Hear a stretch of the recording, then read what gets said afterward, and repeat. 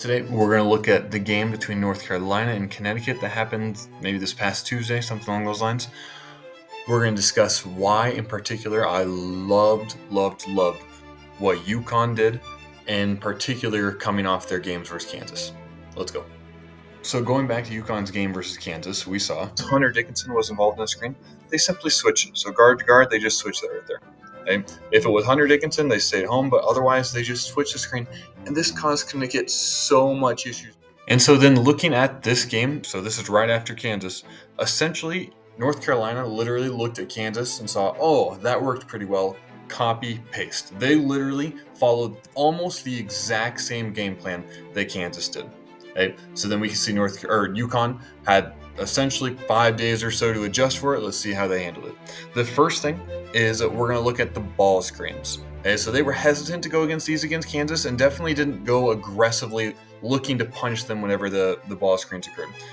We can see essentially from the beginning, UConn went to this ball screen and went to attack as soon as they got any kind of edge whatsoever.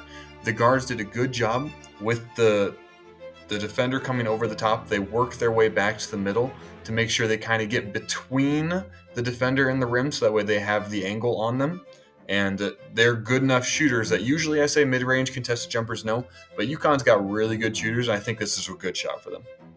Next example, boom, what do they do? Ball screen, same thing. You use the off arm to keep a little separation. You keep them going downhill, force this defender to step up guard you, or 35, and make a contested difficult, but I still think a good shot for UConn.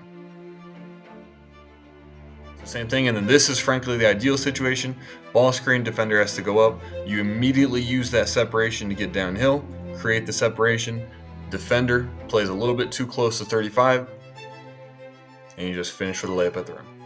And the next area we're going to talk about is off-ball movement. Connecticut did a much better job of anticipating the switches and then taking advantage of the switches. So the first thing we're going to see this play starts with a screen that occurs right here. So if they switch this, what means? This defender now goes with this player, and 55 comes with this player coming this way, which means for a split second, this defender is on the outside of the Connecticut player.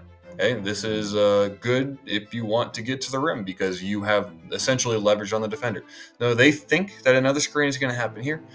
I mean, this is like he's grabbing him. Like I think the coach might even be pointing to it right here. But if you can do this, and it's borderline whether it should be a call or not, and create the separation and just immediately cut, you're going to get wide open layups because of it. He might have actually been pointing to a different screen that was occurring, not the actual grabbing. I'm not sure. But either way, it's a good setup and good finish by Connecticut. Next example of this, we see off-ball action right here. Switch happens. This is one thing I talked about they should do way more of. Okay, so on this simple switch right here, because you have defender here, for a split second, you have the advantage right here of getting to the rim. Okay, and because there's a slight miscommunication, they're not sure, oh, it wasn't clean contact, maybe I switch, maybe I don't, means he's wide open right here. Okay, so while he's wide open for a second, this defender does sink down, and so Spencer makes the correct pass out to the wing, and he buries an open three. And finally, we get to the most high-level concept, which is why I probably think this one was drawn up by the coach in particular.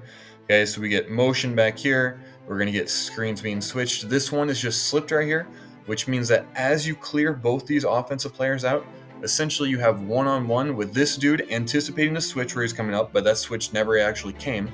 And so this dude has essentially a free lane with both defenders being taken out of the picture and a very good pass and a dunk at the rim.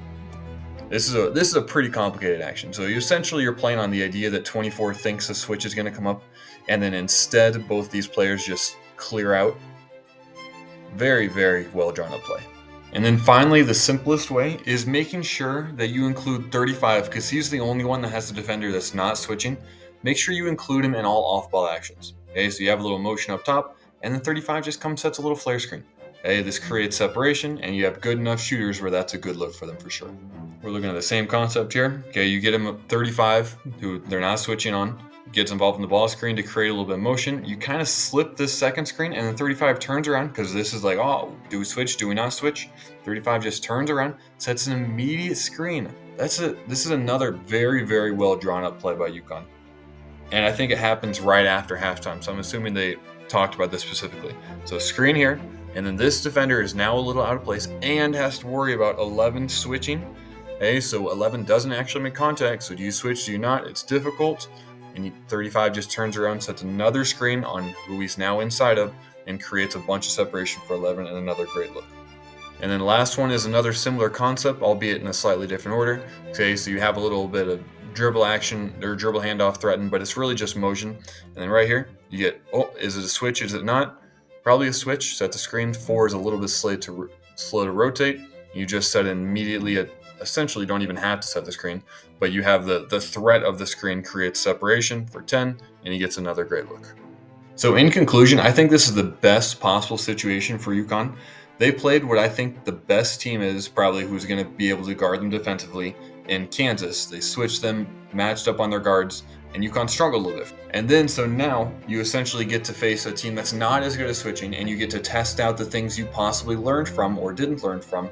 And they came out and they played wonderful. They obviously beat a very good North Carolina team by double digits, which is a great win for sure. So I am very impressed with UConn. If you enjoyed this video, feel free to like and subscribe, and have a great rest of your day.